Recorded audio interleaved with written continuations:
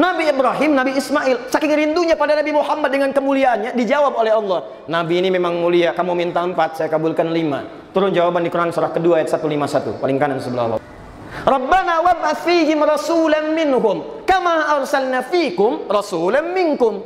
Sekarang kami utus rasul dari kalangan kalian, lahir dekat Ka'bah ini. Kami berikan misi 5 kepadanya. Kakekmu dulu minta 4, kami jawab 5. Saking mulianya Nabi ini. Wa yu'allimukum ma lam takunu ta'lamun. 5. Dan mengajarkan pada kalian apa yang belum kalian ketahui. Nabi Ibrahim alaihissalam, Ismail alaihissalam minta 4 kepada Allah, dikabulkan 5. Kami rindu kepadamu ya Rasulullah. Pertama, kenapa kita mesti merindukan Rasulullah SAW? Bapak Ibu sekalian, sebelum kita dilahirkan, bahkan sebelum Nabi Muhammad SAW dilahirkan, sudah ada umat sebelumnya, bahkan diawali oleh nabi-nabinya yang telah merindukan Rasulullah SAW. Jadi sebetulnya panitia Ar-Rayyan ini bikin judul kami merindukan Rasulullah memang agak telat. Sudah keduluan bahkan oleh Nabi Ibrahim dan Nabi Ismail alaihissalam. Kerinduannya kepada Nabi Muhammad SAW disampaikan pada Allah langsung di tempat terbaik di muka bumi, Ka'bah. Rabbana wab'ats fihim rasulan minhum yatlu 'alaihim ayatik wa yu'allimuhumul kitab wal hikmah wa yuzakkihim innaka antal azizul hakim. Perhatikan baik-baik.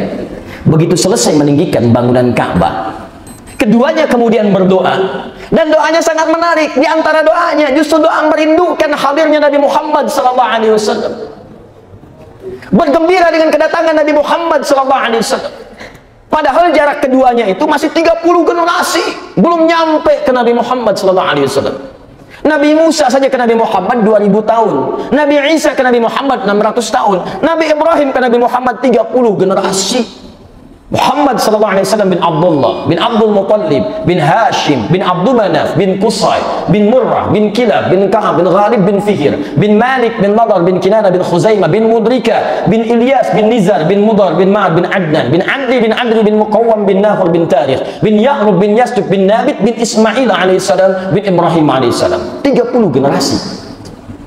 Sudah merindukan kedatangan Nabi Muhammad SAW. Kita ini 15 abad setelah wafatnya Nabi, masih jauh dibandingkan Nabi Ibrahim alaihissalam sebelum kedatangan Nabi Muhammad SAW. Jadi kalau Nabi Ibrahim saja merindukan Nabi Muhammad SAW, apalagi kita umatnya yang baru berjarak 15 abad dari Nabi Muhammad SAW. Rabbana wab'ats fihim. Tahu dari mana Ustaz kalau yang dirindukan Nabi Muhammad? Perhatikan kalimat ayatnya. Rabbana wab'ats fihim rasulan minhum. Ya Allah, mohon nanti utus ya Allah seorang rasul yang spesial, rasul istimewa, rasul terbaik, rasul paling mulia. Karena dia rasul istimewa, terbaik, paling mulia, maka mohon kelahirannya jangan di tempat biasa. Ya Allah, tetapkan kelahirannya di lingkungan masyarakat sekitaran tempat mulia ini, Ka'bah. Rabbana wab'ats fihim rasulan minhum. Wab'ats fihim, utus ya Allah seorang rasul di lingkungan dekat tempat ini. Rasulan minhum, rasul dari kalangan masyarakat tinggal sekitaran Ka'bah. Silahkan cek dari Nabi Adam sampai Nabi Muhammad SAW. Tidak ada seorang nabi rasul pun yang lahir dekat Ka'bah kecuali Nabi Muhammad SAW.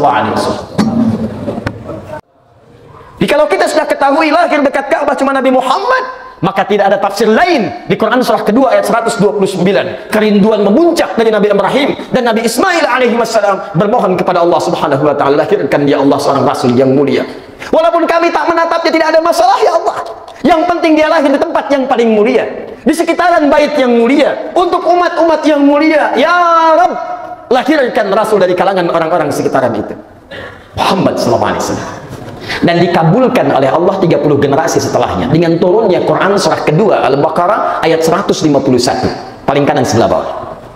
Coba lihat, minta 4. Ini Nabi Muhammad di keutamaannya. Saya tunjukkan sedikit ya untuk membedakan dengan nabi-nabi lainnya.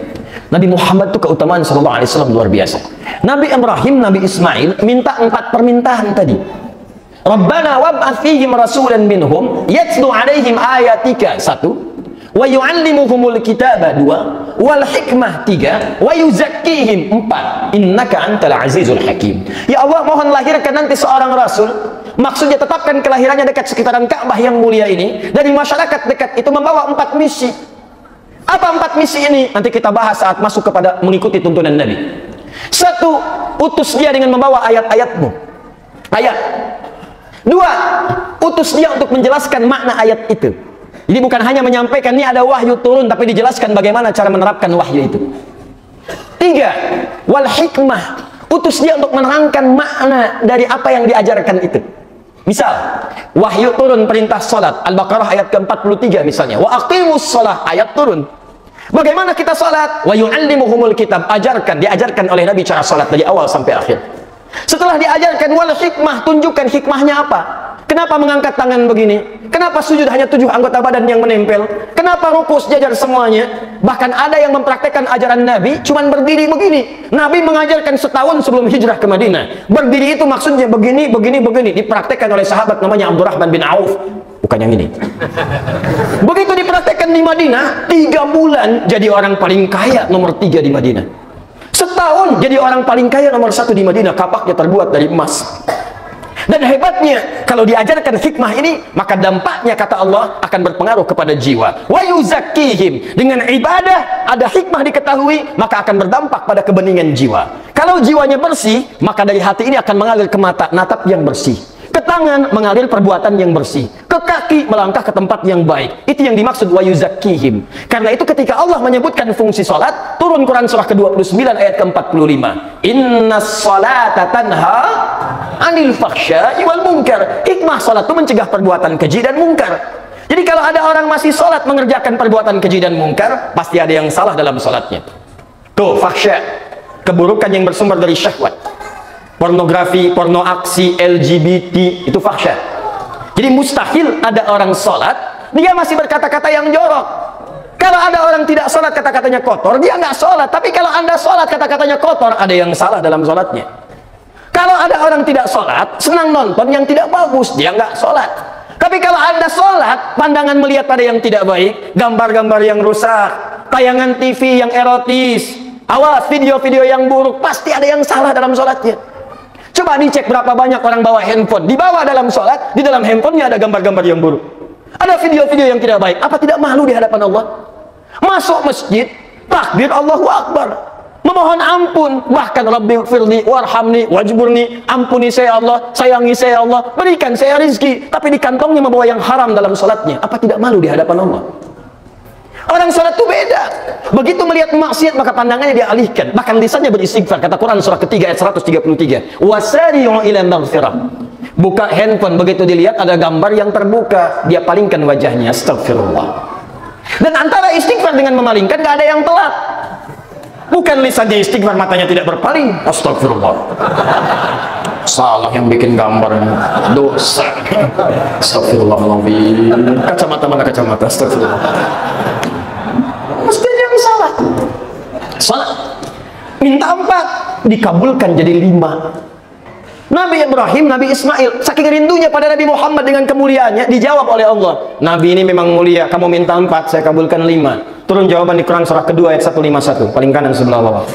Yang pertama minta Rabbana wab'ats fihim rasulan minhum, dijawab oleh Allah, kama arsalna fikum rasulan minkum. Rabbana wab'ats fihim rasulan minhum kama arsalna fikum rasulan minkum. Sekarang kami utus rasul dari kalangan kalian, lahir dekat Ka'bah ini. Kami berikan misi 5 kepadanya. Kakekmu dulu minta 4, kami jawab 5. Saking mulianya Nabi ini. Apa yang 5 itu? Yatlu alaikum ayatina, membawa ayat-ayat kami. Kumpulan ayat disebut dengan Al-Quran. Karena itu Al-Baqarah disebut 286 ayat, Ali Imran 200 ayat, An-Nisa 176 ayat. Kumpulan ayatnya disebut dengan Al-Quran. Karena itu Al-Quran oleh Allah disebut dengan ayat. Turun Quran surah ke-8 ayat kedua, innamal mu'minuna alladzina idza dzukirallahu wajilat qulubuhum wa idza tuliyat alaihim ayatuhu zadatuhum ibadah. Kemudian wa yuzakkikum 2, wa yu'allimukumul kitab 3, wal hikmah 4, wa yu'allimukum ma lam takunu ta'lamun 5, dan mengajarkan pada kalian apa yang belum kalian ketahui. Nabi Ibrahim alaihissalam, Ismail alaihissalam minta 4 kepada Allah, dikabulkan 5. Di saking mulia Nabi Muhammad sallallahu alaihi wasallam, Nabi Ibrahim sudah rindu. Ini apa yang menjadi mulia sampai jadi berita di nabi-nabi sebelumnya? Kami mohon ya Allah cepat lahirkan. 30 generasi lahir. Nabi Musa alaihi salam. Kenal Nabi Musa? Kenal, luar biasa. Cuma di Jombang ada yang kenal Nabi Musa. Sudah saya belum tulis, sudah kelihatan kenal Nabi Musa, lengkaplah sudah. Tapi masih mendingan. Dulu saya di Al-Irsyad ada yang kenal Firaun. Di sini agak lumayan lah Nabi Musa. Nabi Musa ke Nabi Muhammad itu jaraknya 2000 tahun. Tapi perhatikan bagaimana Allah memuliakan Nabi Muhammad SAW lebih daripada Nabi Musa. Musa mau dakwah ke Firaun. Kenal Firaun? Firaun tuh manusia paling zalim semuka bumi. Diabadikan dalam Al-Quran. Hobinya bunuh orang. Jadi kalau ada orang pembunuh sekarang, dia telat. Gak ada Firaun sebelumnya. Dan diabadikan jasadnya supaya jadi pelajaran. Jangan berlaku lagi begini nih, akibatnya bisa begini. Hobinya bunuh orang, dan bunuhnya nggak sembarangan. Buka Quran surah kedua ayat ke-49, paling kiri sebelah atas di mushaf. Wa idh najjaynakum min ali fir'auna yasumunakum su'al 'adzab yudzabbihuna abna'akum. Bunuhnya, kata Fir'aun al-Gojo, dampingi setiap ibu yang sedang mengandung sekarang, sampingnya dampingi, bawa kemudian golok. Kalau lahir laki-laki langsung sembelih depan ibu yang baru melahirkannya.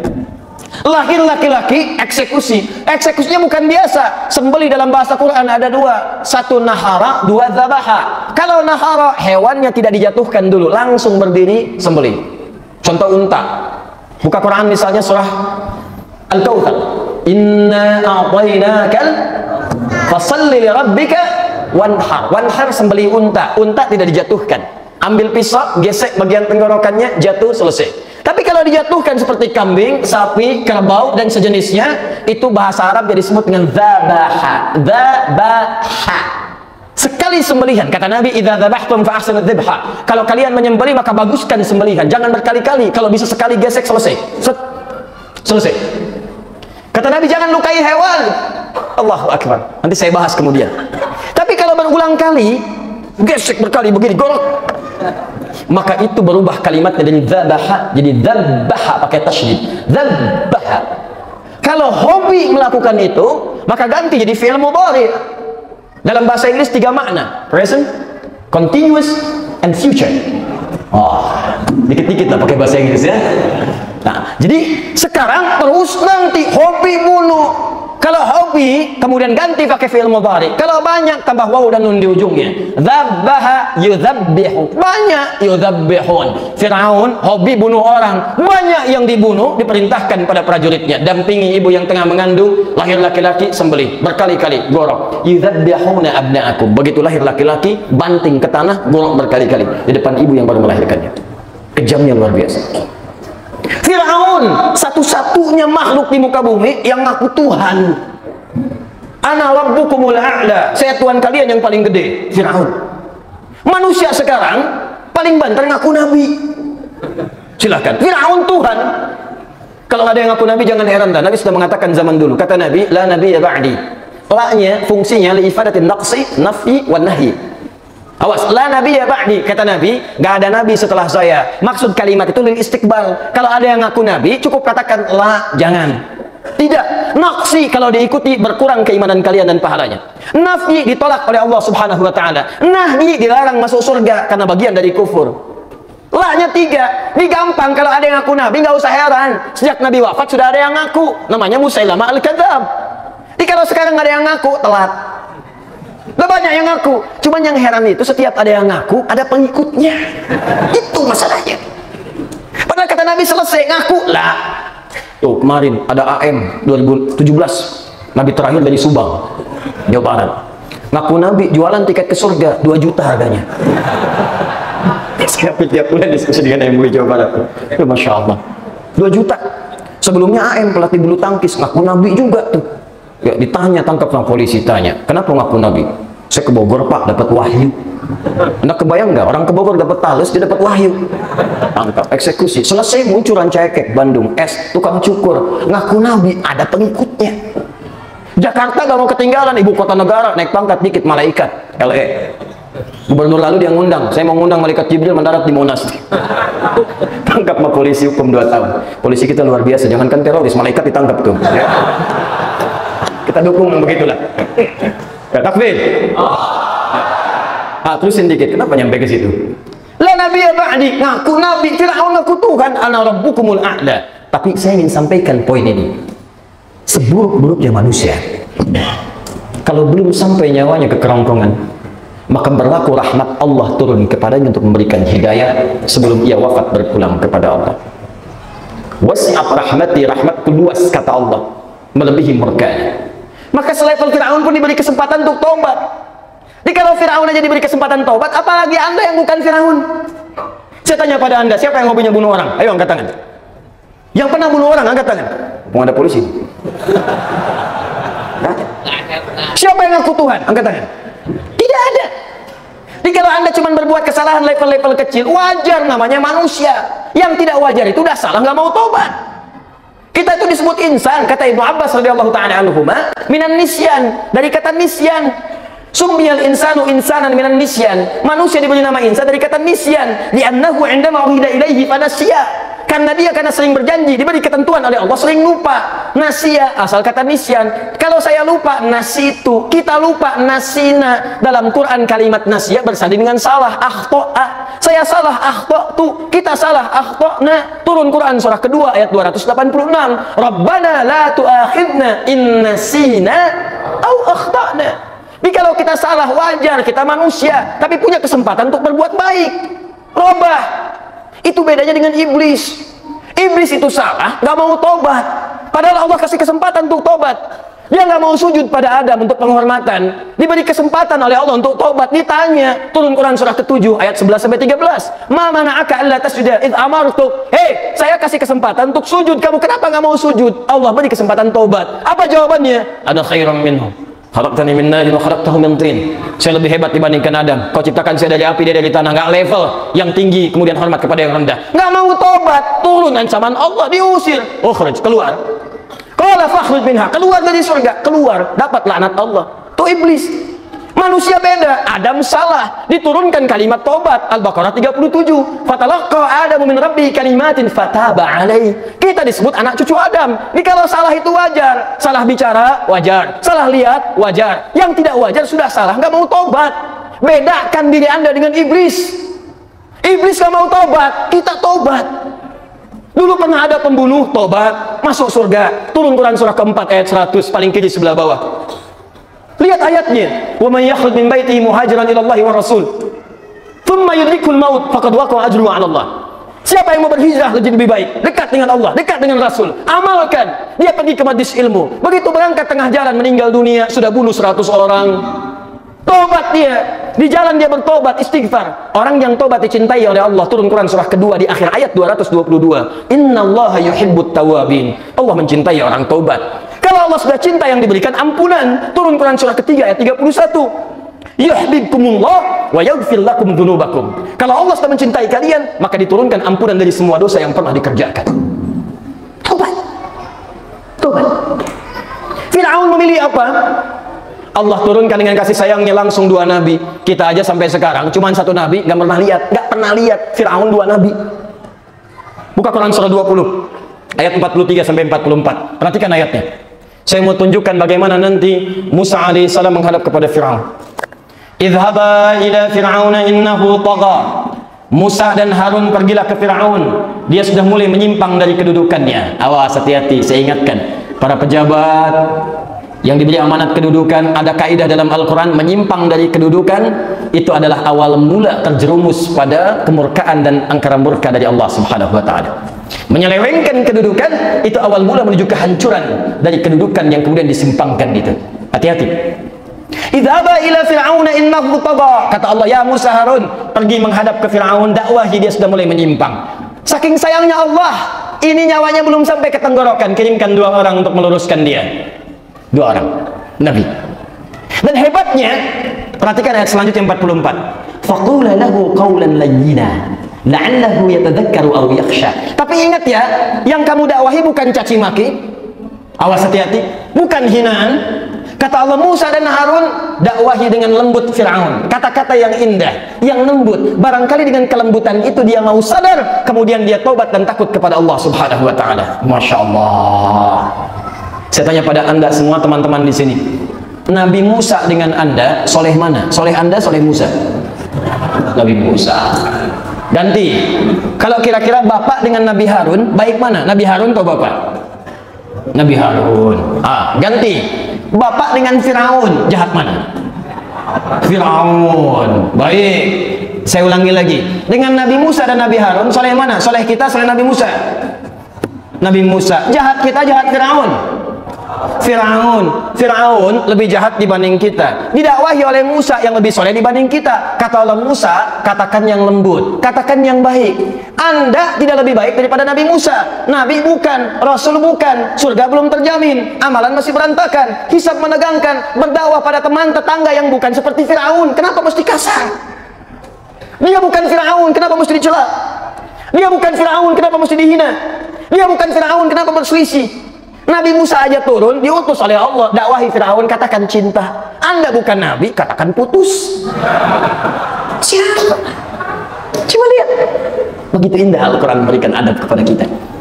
Nah, saya mau teruskan sebentar. Nabi Musa karena menghadap kepada Firaun yang jahat luar biasa, kata-katanya kasar, berdoa kepada Allah. Nih, saya mau bandingkan dengan Nabi Muhammad. Perhatikan kalimatnya. Masih ingat doa ini? Rabbi syrahli wa yassirli wahlul 'uqdatan yafqahu. Perhatikan kenapa kita merindukan Nabi Muhammad SAW.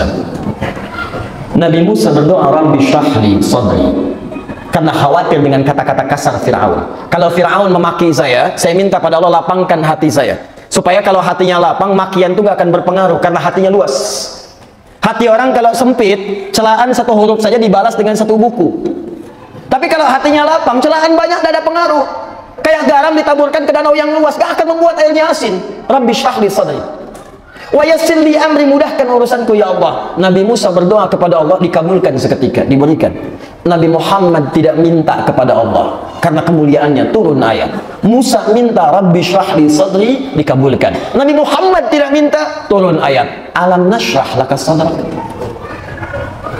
Musa Rabbi syrahli sadri, dikabulkan. Nabi Muhammad SAW tidak minta, turun ayat Alam nashrah laka sadrak. Musa dilempar dengan kata-kata Firaun, sabar, wajar. Nabi Muhammad dilempar oleh batu dengan orang-orang Taif. Dilempar orang Taif dengan batu, bercucuran darahnya mengalir. Dibentengi oleh Zaid, menyucur darahnya. Allahu Akbar. Istirahat di tepian sebuah pohon yang rindang. Datang malaikat penjaga bukit, penjaga 2 bukit Taif. Datang malaikat mengatakan, Ya Muhammad sallallahu alaihi wasallam, bima ma'na mud yadaika ila sama, angkat tanganmu ke langit, minta supaya saya menghimpit 2 bukit Taif kepada penduduk ini. Malaikat saking menyayangi Nabi sallallahu alaihi wasallam, perintahkan, mohon kepada Allah, kami angkatkan, himpit mereka semua. Apa jawab Nabi? Musa Rabbi syrahli, sabar. Nabi Muhammad alam nashrah sadrak, dilempar dengan batu. Kata Nabi, lah, jangan lakukan. Fa innahum qaumun la ya'lamun. Mereka itu kaum yang belum mengerti saja. Mereka melempari saya bukan karena benci, karena belum tahu siapa saya. Saya akan bermohon kepada Allah, semoga di tempat ini di kemudian hari ada lelaki, perempuan, anak-anak, tua, muda yang lahir dari bumi Taif dan mengatakan asyhadu an la ilaha illallah wa asyhadu anna Muhammadar Rasulullah. Kemudian beliau berdoa dengan doa yang sangat terkenal itu. Setelah itulah diundang untuk Isra Mi'raj. Ilahi ila man takiluni, ila man takiluni, a ila qaribin yu'dhini am ila ba'idin yu'limuni fa ana radhi ma lam taghdab alayya. Ilahi ya Allah, ila man takiluni, setelah saya dilempari di sini, kemana lagi engkau akan tugaskan aku untuk berdakwah? Aina qaribin yu'dhini, apakah tempatnya masih dekat, kemudian di situ saya akan disakiti lagi? Am ila ba'idin yu'limuni, atau tempatnya masih jauh, yang saat saya tiba di sana, saya pula akan diberikan siksaan yang pedih. Ana radin, saya ridha ya Allah, enggak apa-apa. Malam taghdab alayya, sepanjang engkau tidak marah terhadap saya. Malam taghdab alaihi. Muhammad sallallahu alaihi wasallam. Musa minta, wa yassir li amri, dikabulkan. Nabi Muhammad tidak minta turun ayat, wa nuyassiruka lil yusra. Diundanglah kemudian untuk Isra dan Mi'raj. Inilah sebab yang menjadikan para nabi-nabi di masa lalu merindukan Nabi Muhammad sallallahu alaihi wasallam. Nabi Isa alaihi salam jaraknya 600 tahun sebelum kedatangan Nabi Muhammad sallallahu alaihi wasallam mengumpulkan umatnya. Buka Quran surah ke-61 ayat ke-6, paling kiri sebelah atas. Dikumpulkan umatnya, disampaikan oleh beliau. Kata Nabi Isa, wa mubasysyiran bi rasulin ya'ti min ba'di ismuhu Ahmad. Ini agak aneh nih, agak aneh nih. Kata Nabi Isa, umatku sekalian, aku kasih kabar gembira ya, akan lahir seorang rasul setelah aku, sebutannya Ahmad. Nanti saya jelaskan kenapa disebut Ahmad. Sebutannya Ahmad, cuman yang agak unik, memberi kabar gembira, bayinya belum lahir. Di mana-mana orang ngasih kabar gembira, itu bayinya udah ada. Silahkan misalnya, maaf, satu orang teman mengatakan, Asep kasih kabar, alhamdulillah, saya punya anak. Saya beri nama Abdurrahman. Saya beri nama Abdurrahman. Masya Allah, mana anaknya? Nanti setelah menikah. Orang ngasih kabar gembira karena bayinya ada. Sebarkan, kasih undangan, akikah, macam-macam, ada bayinya muncul. Nabi Isa, bayinya belum lahir, udah ngasih kabar gembira. Bayangkan, 600 tahun sebelum kelahiran Nabi. Jadi kalau Nabi Isa saja gembira dengan kedatangan Nabi Muhammad dan merindukannya, maka kenapa kita sebagai umatnya tidak merindukannya? Kenapa kita sebagai umatnya tidak merindukannya? Dan disebut dengan nama Ahmad untuk membedakan dengan sifatnya yang kedua, namanya Muhammad. Nabi Muhammad itu mulia. Mulia kemuliaannya, nama yang melekat kepada beliau bukan nama zat, tapi nama sifat. Nama dibagi dua, ada nama zat, nama sifat. Nama zat untuk membedakan satu orang dengan yang lainnya. Ini Adi, itu Asep. Adi yang nengok ini, Asep yang nengok itu. Mustahil dipanggil Adi yang nengok Asep. Itu zat namanya. Sifat adalah karakter yang melekat pada pemiliknya. Kalau dominan maka disebut dengan sifat itu. Baik disebutkan Al-Amin, Amin, Amin, Amin, sifat. Semua yang melekat pada Nabi Muhammad namanya sifat, bukan zat. Kalau zat, wafat orangnya, selesai namanya. Kalau sifat, wafat orangnya, abadi sifatnya. Silahkan cek dua sifat yang disebutkan dalam Al-Quran, satu Muhammad, kedua Ahmad. Muhammad disebutkan 4 kali dalam Al-Quran. Quran surah ketiga ayat 144, Quran surah ke-33 ayat ke-40, Quran surah ke-47 dengan namanya ayat kedua, dan Quran surah ke-48 ayat ke-29. Kalau disebutkan Muhammad, itu sifat yang menunjuk kebaikan sesama lingkungan, hablu minan nas. Baik. Anda cari di zaman itu orang yang paling banyak sedekahnya, Muhammad SAW. Anda cari orang paling sabar, Muhammad SAW. Anda cari orang paling tawadhu, Muhammad SAW.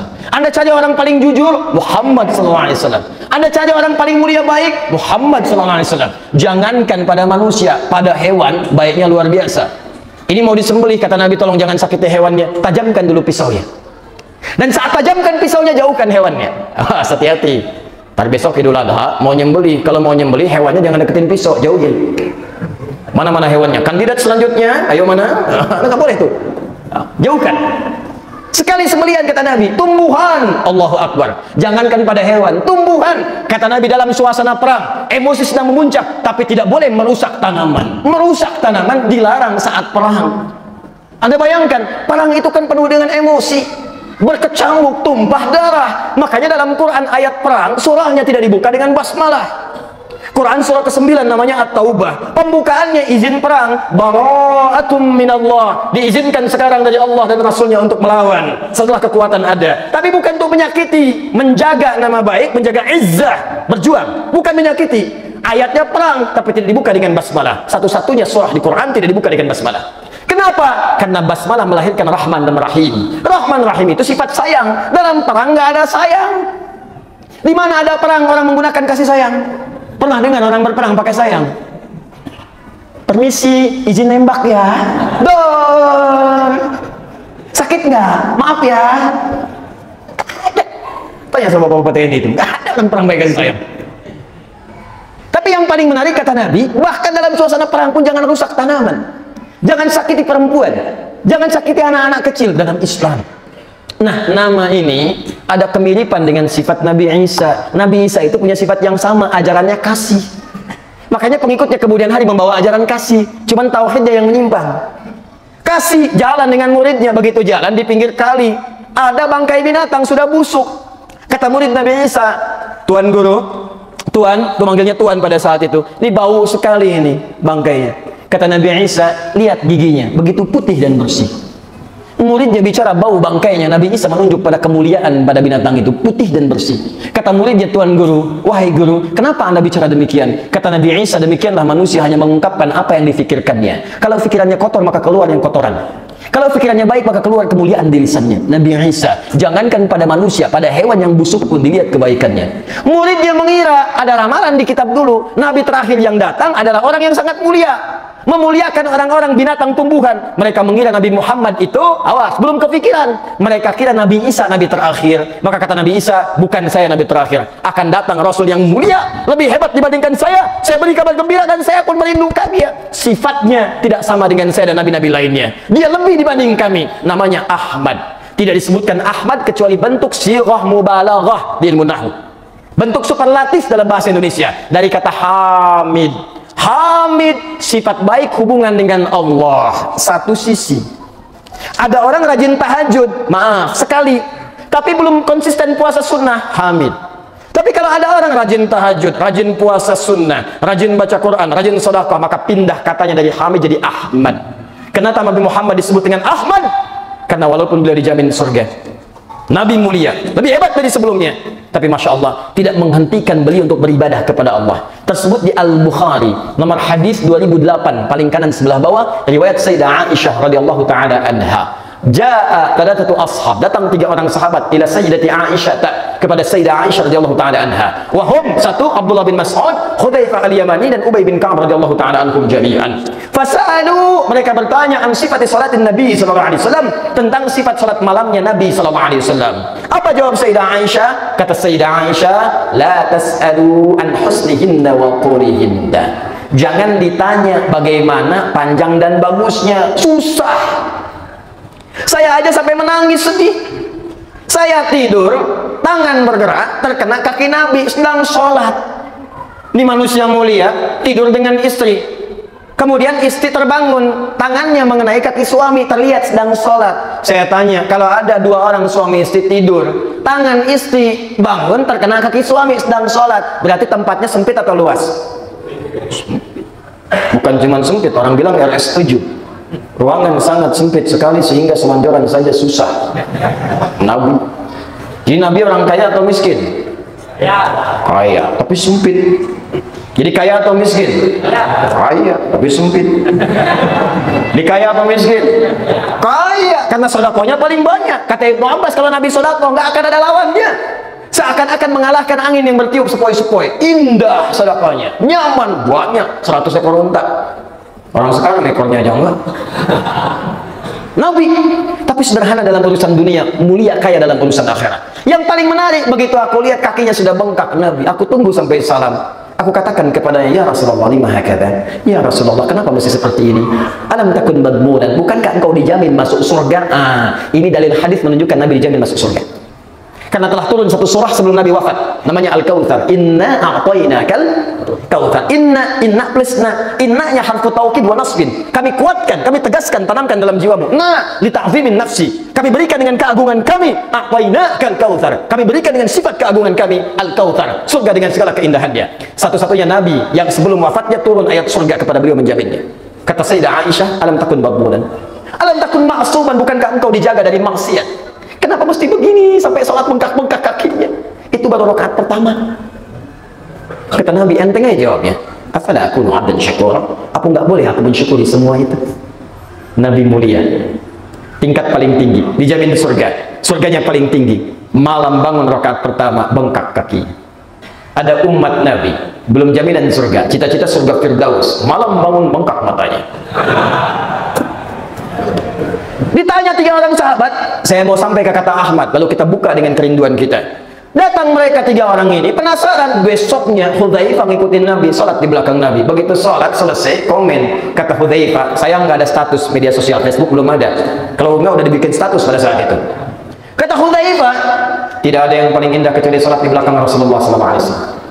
Kalau beliau membaca ayat doa, maka beliau berhenti berdoa sampai di ayat surga, bermohon supaya umatnya ke surga. Sampai di ayat mereka berlindung kepada Allah supaya umatnya tidak ke neraka. Itu. Tak terasa. Rakaat pertama 100 ayat Al-Baqarah. Rukuk 100 ayat.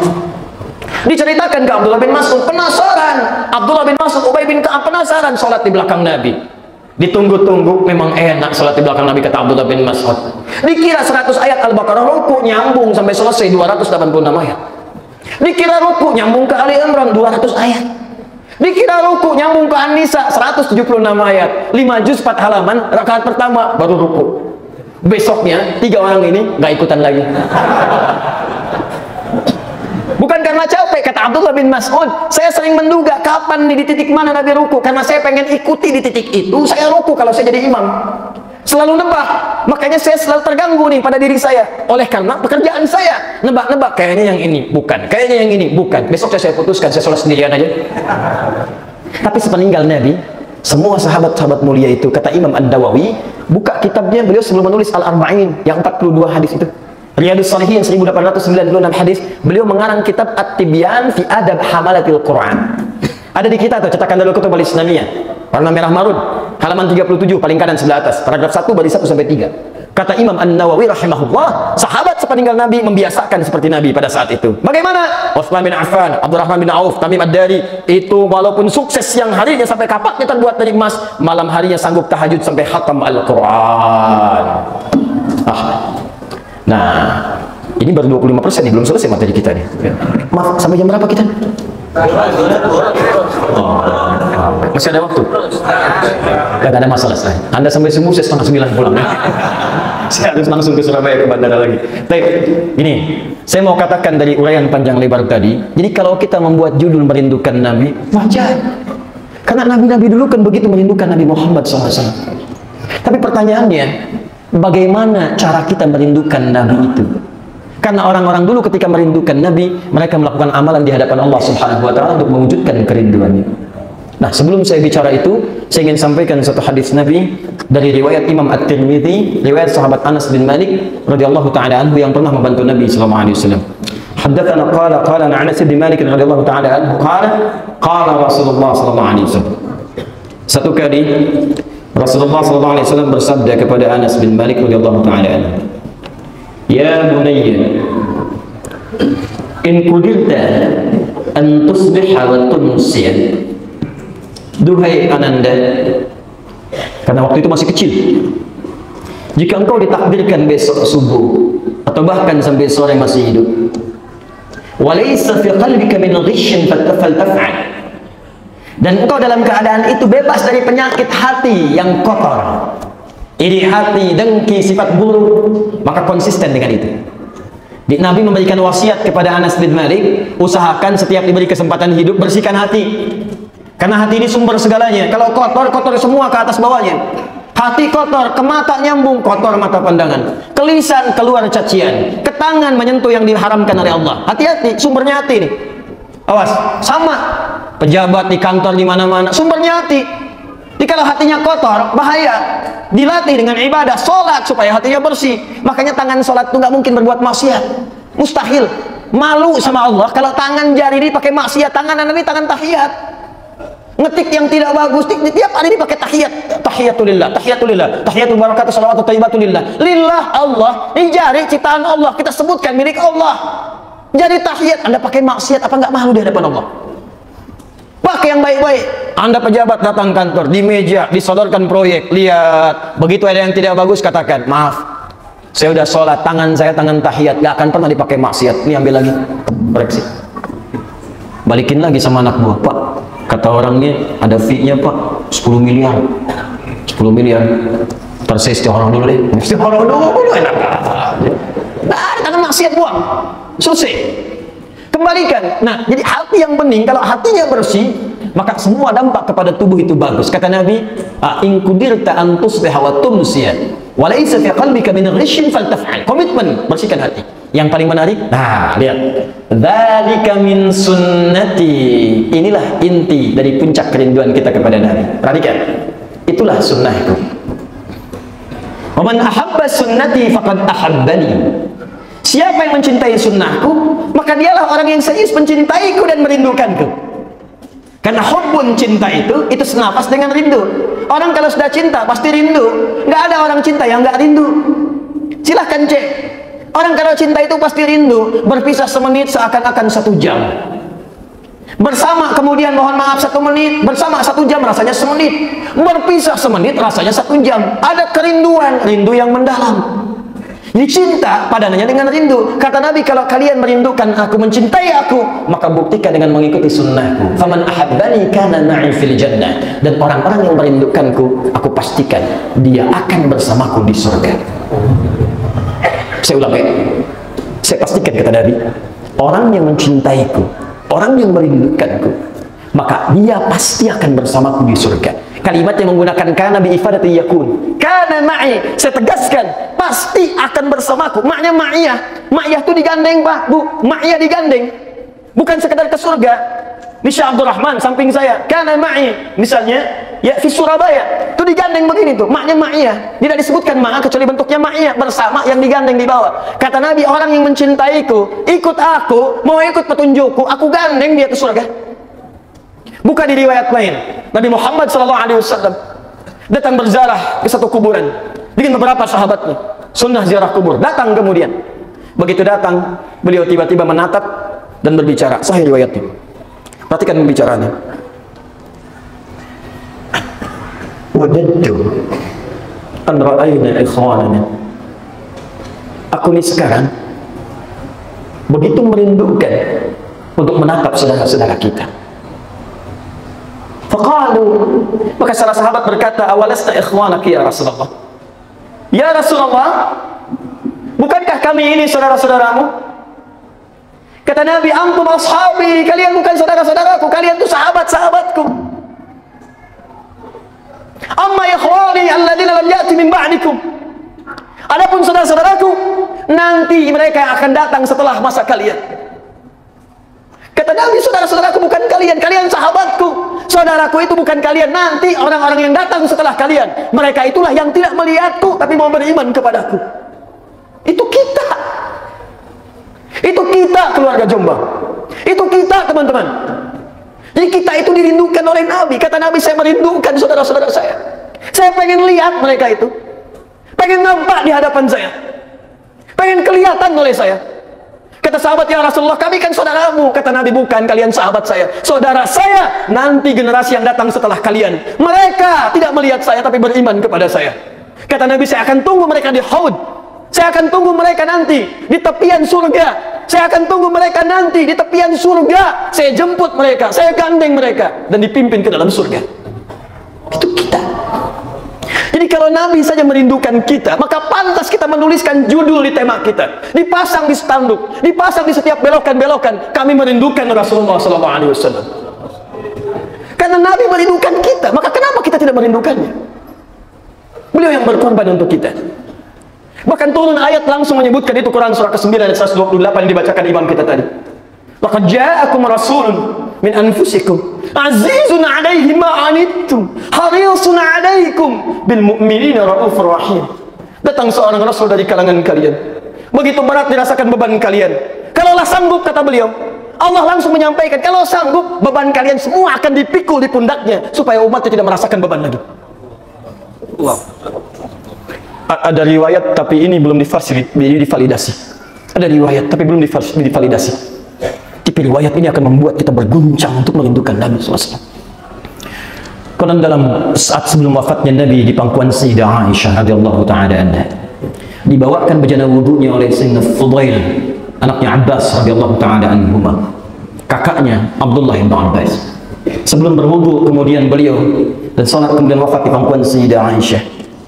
Kemudian datang malaikat Jibril alaihi salam menatap Nabi di bagian terakhir, saat-saat akhir kehidupannya. Ini yang mau saya katakan, azizun alaihi ma 'anittum. Ketika ditatap itulah kemudian ada pertanyaan dari Nabi sallallahu alaihi wasallam. Apakah umatku juga akan merasakan sakaratul maut? Apakah umatku akan merasakan sakaratul maut? Dan itu pertanyaan retoris, karena Nabi paham setiap jiwa yang wafat pasti akan merasakan maut. Karena itu Jibril menjawab dengan Ali Imran ayat 185, kullu nafsin dha'iqatul maut. Setiap jiwa pasti akan merasakan kematian. Dan Nabi dengan wafat yang paling indah, lembut, nyaman, tarikannya tak terasa, seakan-akan menarik satu helai rambut yang halus dari adonan yang sangat tipis. Untuk Nabi tidak ada masalah. Tapi Nabi memikirkan umatnya maka di akhir hayatnya. Setuju ayat. Sampai mengatakan, ya Rabb, pada saat itu, ya Allah, kalau diperkenankan. Bahasa kalau diperkenankan artinya tidak akan dikabulkan. Ini permohonan yang dalam. Kalau diperkenankan, mohon timpakan rasa sakit yang dialami umatku dalam sakaratul maut, timpakan kepadaku saat ini, supaya umatku tidak mengalami sakaratul maut lagi di kemudian hari. Muhammad SAW. Walaupun riwayat ini perlu divalidasi kembali, tapi ingin menggambarkan bagaimana kecintaan Muhammad SAW pada umatnya. Azizun alaihi ma'anittum, harisun alaikum, peduli dengan kita. Hadis-hadis sahih yang lain mengatakan, Allahu Akbar, kata Nabi, saya tunggu umatku di haud bahtera surga, saya jemput mereka. Allahu Akbar. Nah sekarang pertanyaannya, Nabi sudah merindukan kita, kita menuliskan merindukan Nabi. Bagaimana caranya kita ketahuan umat yang dirindukan oleh Nabi? Kata Nabi ada tandanya. Umat-umat yang merindukan Nabi itu bukan sekedar dalam lisannya terucap saya rindu. Awas, karena rindu itu, cinta itu butuh pembuktian. Jangan terima ya para muslimah, akhwat, ya remaja-remaja di Jombang, jangan terima kalau ada seorang laki-laki mengatakan saya mencintaimu. Banyak yang begitu. Katakan padanya, buktikan cintamu dengan menuliskan namaku di buku nikah. Catat. Sentuh ia tepat di hatinya, maka ia akan jadi milikmu untuk selamanya. Tuliskan namanya dalam kitab nikah, maka itu yang jadi sah dalam kehidupan Anda sampai dengan ke surga. Cinta butuh pembuktian. Anda mengatakan rindu Nabi, cinta Nabi, apa buktinya? Kata Nabi, semua yang merindukan itu akan nampak saat aku jemput nanti di surga. Ghurran muhajjalin. Nampak ada tanda-tanda membekas di wajahnya. Ada kelihatan tanda sebagai umat yang aku rindukan. Kata sahabat, bagaimana engkau mengetahui ya Rasulullah? Bukankah kalau engkau melihat kuda, kemudian ada kuda-kuda istimewa, dari sekian yang hitam, yang coklat, ada tanda putih di keningnya, maka mudah bagiku untuk membedakan mana kuda-kuda terbaik dengan yang lainnya. Kata Nabi, umatku akan kelihatan tandanya saat di akhirat nanti. Ghurral muhajjalin. Siapa ghurral muhajjalin ini? Ditafsirkan dalam riwayat-riwayat adalah orang-orang yang mengamalkan tuntunan-tuntunan Nabi SAW. Karena itu ada hadis tentang panggilan di hari kiamat. Satud'a ummati yaumal qiyamati, akan dipanggil umatku di hari kiamat. Ghurral muhajjalin. Mereka punya tanda-tanda, punya cahaya. Cahaya apa itu? Min atharil wudu, karena bekas wudunya. Wudu dikaitkan dengan kecintaan pada Nabi. Wudu dikaitkan dengan tanda-tanda ridho Nabi. Artinya wudu amalan untuk mendapatkan ridho Nabi SAW. Jadi kalau Anda mencintai Nabi, jaga wudu. Wudu turunan salat, karena salat sah salat itu wudu. Buka Quran surah kelima ayat yang ke-6 paling kiri sebelah atas. Ya ayyuhalladzina amanu idza qumtum ila shalah faghsilu wujuhakum wa aydiyakum ilal marafiq wamsahu bi ru'usikum wa arjulakum ilal ka'bain. Wudu bergandengan dengan salat. Kalau Anda cuma wudu tidak salat, berantakan juga. Jaga salat. Jadi kalau Anda merindukan Nabi, jangan cuma tuliskan di spanduk, mulai sekarang jaga salat 5 waktu. Makmurkan masjid. Al-Riyad makmurkan, Al-Akbar Surabaya makmurkan, Al-Irsyad yang lain makmurkan. Jangan terjebak dalam perselisihan yang tidak ada maknanya di dalamnya. Kalau ada dalil, lakukan. Jangan berselisih, itu pilihan. Saya tutup sampai puncak di sini. Ingat, kalau Anda mencintai Nabi, maka buktikan dengan mengikuti tuntunan Nabi. Praktekkan itu. Sifatnya ada 2. Saya akhiri. Yang pertama, satu dalil, yang satu contoh yang tidak mungkin kita berbeda di dalamnya. Kalau ini praktekkan dan tidak usah kreatif. Nah, jangan kreatif, jangan bikin-bikin lagi, karena ini diturunkan satu dalil, satu contoh, karena semua bisa. Contoh, kita mau salat. Abu Dawud nomor hadis 857, hadis Muslim nomor hadis 397. Anda mengangkat tangan, kemudian Anda angkat misalnya sejajar dengan bahu di riwayat Al-Bukhari, hadwa mankibaihi, fayaqulu, dia mengucapkan Allahu Akbar. Dalilnya cuma satu. Ucapkan Allahu Akbar. Cuma satu. Kalau disebutkan sekali Allahu Akbar, dalilnya satu, contohnya satu, artinya semua umat Nabi bisa mengerjakannya. Jadi nggak usah kreatif, diganti jadi kalimat Allahur Rahman, Allahur Rahim. Kok diganti? Yang itu udah kelamaan, nggak bisa. Diganti aja nggak boleh, apalagi diterjemahkan. Awas, karena banyak umat kreatif sekarang ini, itu menjauhkan dari cinta Nabi. Orang dari zaman dulu sampai sekarang salat Allahu Akbar, dia pakai terjemah Allah Maha Besar. Ada yang imamnya Allahu Akbar, sampingnya pakai penerjemah Allah Maha Besar. Betawi, Tuhan gua gede. Sunda, Allah Anu Agung. Keluar. Ingat, ada bahasa syariat yang tidak perlu diterjemahkan. Ada bahasa syariat yang boleh dibaca pakai terjemahan. Yang nggak boleh diterjemahkan, adzan, Allahu Akbar, Allahu Akbar. Dulu sampai sekarang sama. Dirubah pakai bahasa lokal, berubah maknanya. Surat Al-Quran ada terjemahannya, tapi nggak boleh disampaikan pakai terjemahan, karena maknanya akan berubah dan jadi candaan. Al-Baqarah, sapi betina. Al-An'am, hewan ternak. An-Naml, semut. An-Nahl, lebah. Woi, lagi baca surat apa? Lebah. Situ apa? Sapi betina. Nggak enak bacanya. Sama dalam hal kemudian kita menunaikan sholat, dalil satu, contoh satu, nggak usah berselisih dan jangan kreatif. Tapi ingat, kalau ada dalilnya beragam, contohnya banyak, ini menunjukkan bahwa umat Nabi belum tentu bisa mengerjakan satu cara yang sama. Maka disinilah kita bertoleransi dengan yang lainnya dan tidak perlu diributkan. Contoh, kalau saya yang tidak sami'allahu liman hamidah, ini terakhir bagian penutup ceramah kita. Sami'allahu liman hamidah, Rabbana walakal hamd. Saya mau sujud. Yang turun duluan ke lantai mau sujud, lutut duluan atau telapak tangan dulu? Yang pakai lutut angkat tangan. Lutut. Yang telapak tangan angkat tangan. Yang nggak pakai lutut, nggak pakai telapak tangan angkat tangan. Nggak ada. Ini cuma dua ini, kalau nggak pakai lutut, pakai telapak tangan. Makanya di hadisnya ada dua. Itu tercantum di Abu Daud, nomor hadis 838, yang pakai lutut. Riwayatnya dari sahabat Wa'il bin Hujur. Oh, pakai lutut. Yang pakai telapak tangan, riwayat sahabat Abu Hurairah. Nomor hadisnya sama persis di kitab yang sama. Nomor hadis 840 sampai 841, paling kiri sebelah atas di kitabnya nih. Yang ini paling bawah di kitab yang sama. Yang ngarang sama Abu Daud, namanya Sulaiman. Dari Sijistani, dikenal Sulaiman As-Sijistani. Hafal 500.000 hadis. Bukan cuma hafal matanya, sanadnya hafal sampai ke Nabi.